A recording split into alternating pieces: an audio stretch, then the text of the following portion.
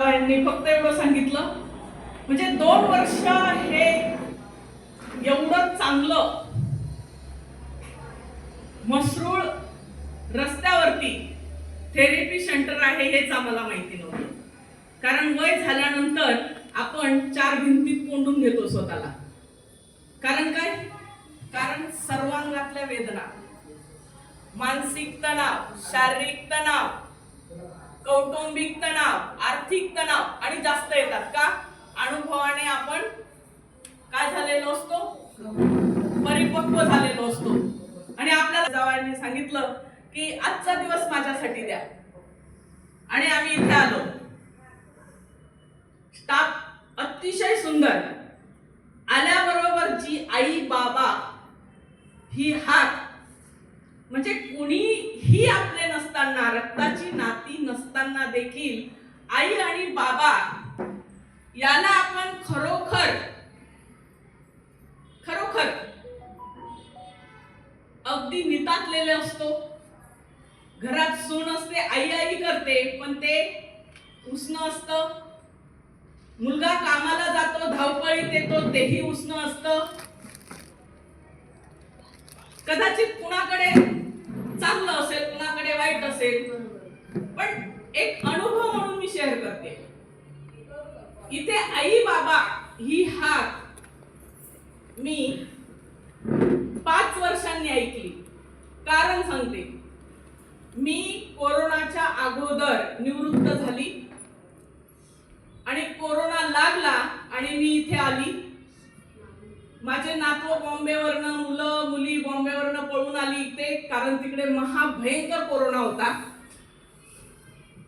आणि त्याच्यातच आपले 2 वर्ष गेले. आणि त्या 2 वर्षामध्ये जणू काही ह्या 4 भिंतींनी आपल्याला जखडून टाकलं. म्हणजे कुठे निघायची किंवा कुठे नातेवाईकांकडे जायची आता इच्छा राहिली नाही. आणि त्याच्यामध्ये आपल्यावरती काही जबाबदाऱ्या आलेल्या असतात, त्या जबाबदाऱ्या पार पाडायच्या असतात. मी इथे उभे राहून माझ्या घरचे अनुभव मी तुम्हाला सांगणार नाही. माझ्या जीवनात काय झालं हे मी तुम्हाला अजिबात सांगणार नाही. कारण ते सांगणं म्हणजे मी माझं मोठेपण करणं असं होईल. काही अपरिहार्य कारणांमुळे मला छुपे आजार लागले. पहिला आजार लागला मला बीपीचा. अचानक मला त्रास व्हायला लागला. डॉक्टरकडे गेले तर म्हणे काकी तुम्हाला बीपी आहे. गोळी सुरू झाली. नंतर सांधिवात. माझी एक मैत्रीण आहे सिव्हिल हॉस्पिटलला, तिच्याकडे गेली. म्हटलं अक्का खूप त्रास व्हायला लागला. तिने जवळजवळ मला 4 वर्ष सांधिवाताची होमिओपॅथीची ट्रीटमेंट दिली. हे मी सरांना सांगितलेलं नाहीये. तरीही तो आजार थोडासा बरा होत नाही तोपर्यंत आपण वर्षातून 6 महिन्यातून आपली चेकअप करून घेतो. जेव्हा चेकअप झाली तेव्हा अचानक 15 ते 20 किलो वजन माझं वाढून गेलं आणि मी घाबरली. डोळे मोठे मोठे, अजूनही आहे थोडासा परिणाम. मी खूप घाबरली. थायरॉइड म्हटल्यावरती तर मी खूपच घाबरली.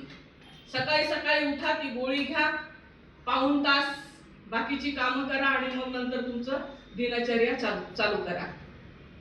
अतिशय सर्वांगाला वेदना. थायरॉइड म्हटलं ना की सगळं अंग दुखतं, कारण बॅलन्स राहत नाही. आपल्या ह्या ज्या ग्रंथी असतात, ह्या ग्रंथी शरीरामध्ये जे पोचवायचं ना त्याच्यापेक्षा वाजवीपेक्षा जास्त पोचवायचं काम करतात. आणि मग काय होतं? चरबी वाढत राहते, वेदना होत राहतात, नको ते डोस ही ग्रंथी पोचवत राहते आणि त्या ठिकाणी तेवढी आवश्यकता नसते आणि मग त्याचं रूपांतर चरबीत होतं आणि आपण जाड होत जातो. सोप्या भाषेमध्ये मी सांगते तुम्हाला, आपण अवघड शब्द नाही वापरायचे.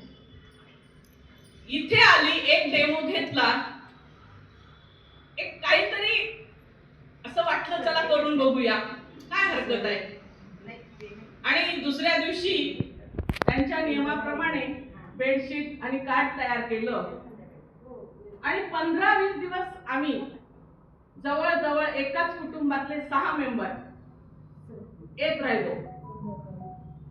माझ्या मुलीला सांगितलं, मुलीला विचारलं, आपण नाहीतरी घरामध्ये या गोष्टी शेअर करतोच. ती म्हटली, तुला कसं वाटतंय? म्हटलं, अगं असं वाटतं की आत्ताच मी निवृत्त झाले, म्हणजे उत्साह वाढलाय माझा. आणि बघ, तुझे डॅडी पण एरवी कंटाळा करतात, पण थेरपीला जायला अजिबात कंटाळत नाही, लगेच तयार होतात. म्हणाली, तुला बरं वाटतंय ना? तुला असं वाटतं की तू बरी आहे, जर 10-20 मिनिटाच्या डेमोने तू जर बरी वाटते तुला, तर तुझ्या घरात जर ती मशीन आली तर तू खरोखर एकदमच छान होशील.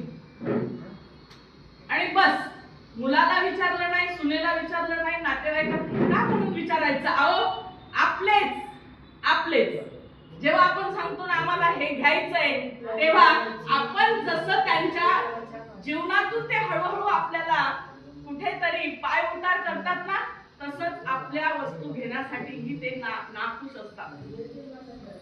वस्तू नेल्या, सरांनी सांगितल्याप्रमाणे त्याचा वापर दिवसातून 3 वेळा होऊ लागला.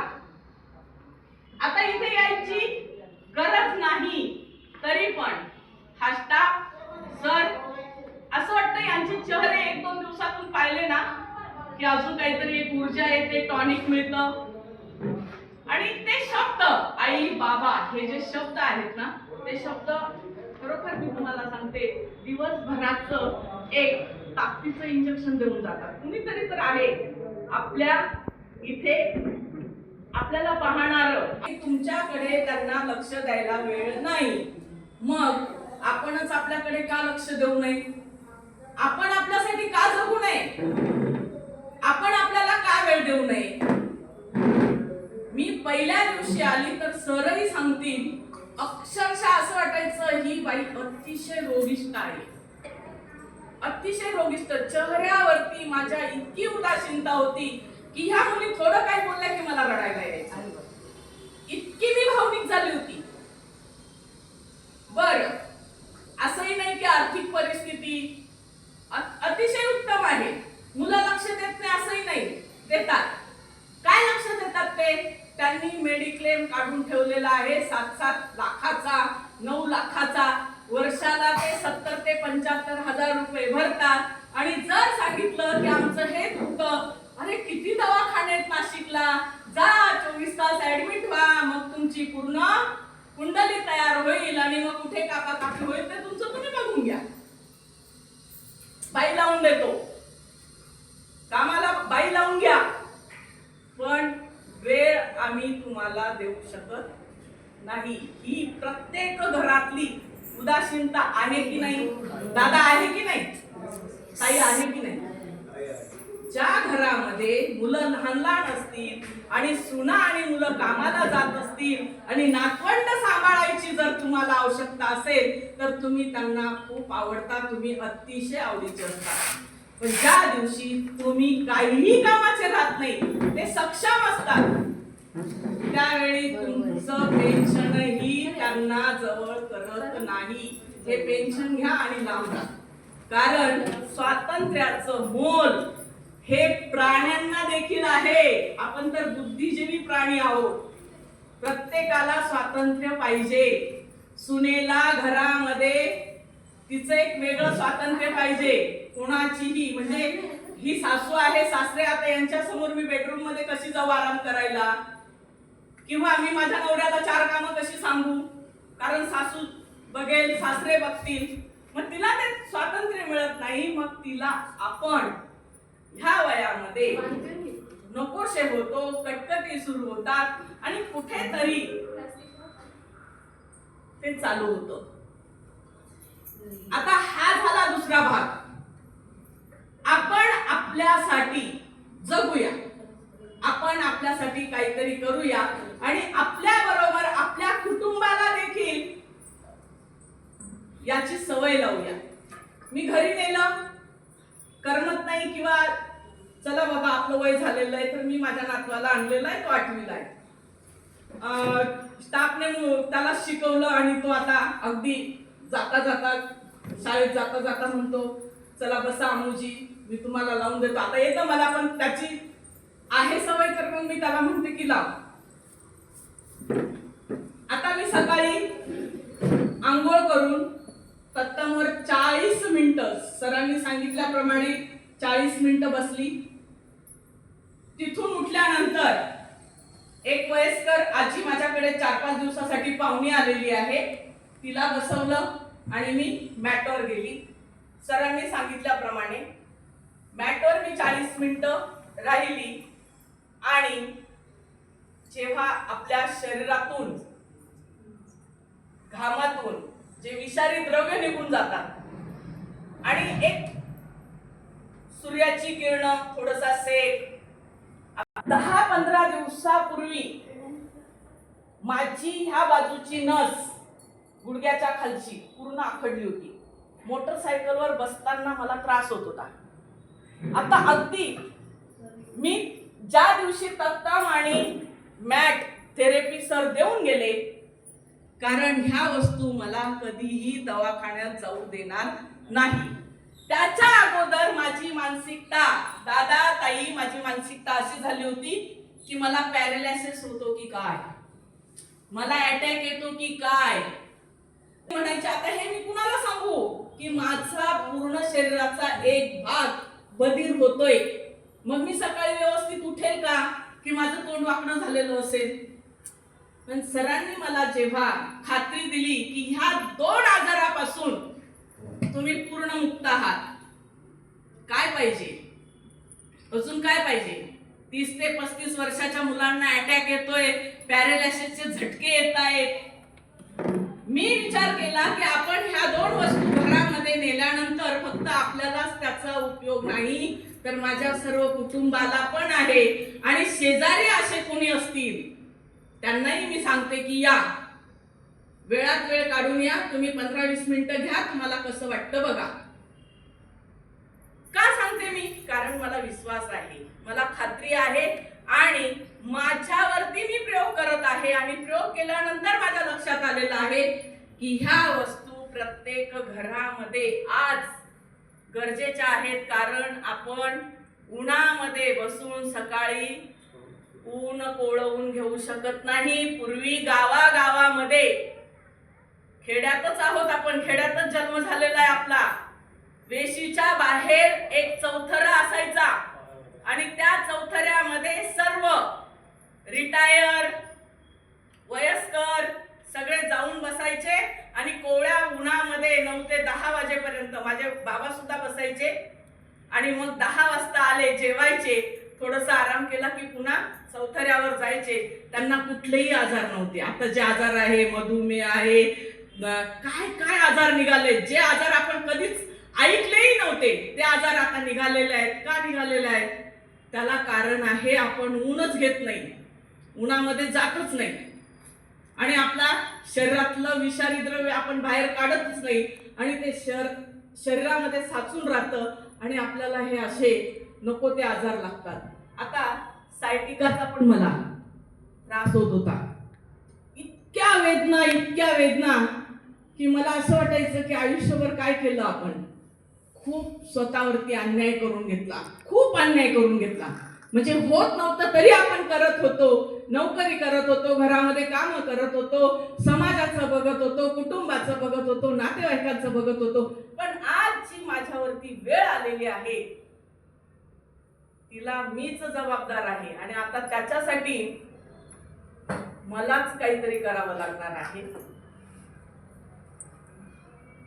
त्या वेदना सुद्धा माझ्या गेल्या. अतिशोक्ती नाहीये ही, अतिशोक्ती नाही. कारण जेव्हा सरांनी तर मला 3 वेळा सांगितलंय, पण माफ करा सर 2च वेळा होते घरी घेऊन गेल्यानंतर सुद्धा. कारण आम्ही इथे स्टाफच्या सानिध्यात येतो आणि मग रिबॉनचं थोडंसं थेरपी घेतो आणि ह्या 2 वेळा घेतो. पण इतका टवटवीत, इतका उत्साह आणि इतकं बरं वाटतं. बाजारात फिरावंसं वाटतं, कुठे मार्केटला जावंसं वाटतं, नातेवाईकांकडे जावंसं वाटतं. हे आत्ता वाटायला लागलं. याच्या अगोदर म्हटलं झालं आता आपल्या 4 भिंती आणि आपण, आणि आता वाट बघत राहायची. वाट कशाची बघायची? अंथरून धरतो की झटका फटकी जातो याची वाट बघत राहायची. आणि बघा, माणूस वयस्कर होतो, मन त्याचं कधीही वयस्कर होत नाही. जेव्हा एखादा आजार लागतो ना आपल्याला, तेव्हा आपण घाबरतो आणि म्हणतो अरे बाप रे, हा आजार नको होता, नसता झाला तर बरं झालं असतं. तो होऊच नये याची काळजी आपण आत्तापासून घेतली पाहिजे. आणि याची गरज फक्त वयस्कर माणसांनाच आहे असं नाही, तर अगदी लहानापासून मोठ्यांपर्यंत आपल्या घरामध्ये ज्या वस्तू आहेत, महागड्या महागड्या वस्तू, त्या महागड्या वस्तू आपण मनोरंजनासाठी किंवा समाजाला देखावा दाखवण्यासाठी घेतलेल्या आहेत. पण ह्या वस्तू म्हणजे आपल्याकडे एक मोठा डॉक्टर आलेला आहे. थेरपी देतात, मुली सेवा करतात, 10-10, 20-20 मिनिटं, 30 मिनिटाचा रिबॉन बेड देतात. आपण घरी निघून जातो, बरं वाटतं. रोज रोज रोज रोज येतो आपण, येत राहतो. पण हे जर आपल्या घरी असेल तर एक विश्वास असतो की मी रोगमुक्त झालेली आहे, मला काही प्रकारचा आजार नाही, मी आता अतिशय फ्रेश आहे. आणि हे का होतं? कारण आपण याचा वापर अगदी व्यवस्थित करतो. आणि ही काळाची गरज आहे, ही काळाची गरज आहे. कुठे माझ्याकडनं अतिशयोक्ती झाली असेल तर मला माफ करा, पण मी एकच विनंती करेन, खरोखर थेरपी घ्या आणि आपले आजार खरोखर घालवा. वेदनांनी जगता येतं, पण आनंद घेता येत नाही जगण्याचा. तर आनंद घ्या जगण्याचा, कारण इथून पुढे खरं आपण जगतोय. आतापर्यंत मुलांसाठी मस्त राहा आणि सुरक्षित राहा. सर, आपण मला बोलण्याची संधी दिली त्याबद्दल मी तुमचे ऋण व्यक्त करते. धन्यवाद.